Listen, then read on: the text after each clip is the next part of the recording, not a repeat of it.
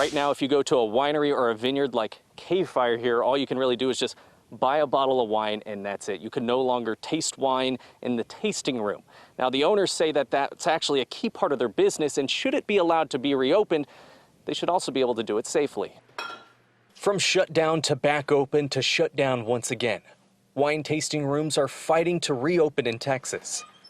And now we're kind of back to where we were like 3.5 weeks ago, and maybe even a little worse. We stopped by Cave Fire Winery and Vineyard, where they say a big part of their business comes from people tasting the wine before they buy it. Being out here, the way we introduce people to our wines is by tasting our wines. Co-owner Gail Fowler says without tasting the wine, people can be hesitant to buy an entire bottle.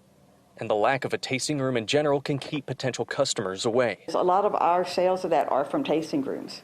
They come in and they taste and they buy. The order to shut down tasting rooms is part of the governor's recent executive order to close bars across the state in an effort to prevent the spread of COVID-19. We're not bars. We don't consider ourselves bars.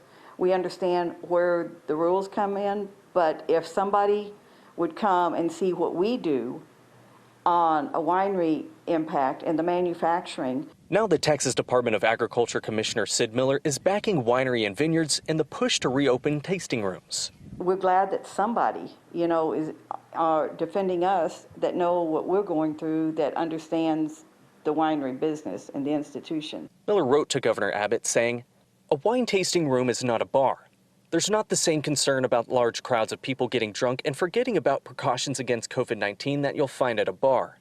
I've asked Governor Abbott to recognize this difference and give our Texas grape growers this chance to survive this pandemic." According to Miller, 95% of sales for a winery come from tasting rooms. The owners here at Cave Fire are hopeful the governor will listen to the Texas Department of Agriculture and get those tasting rooms back open.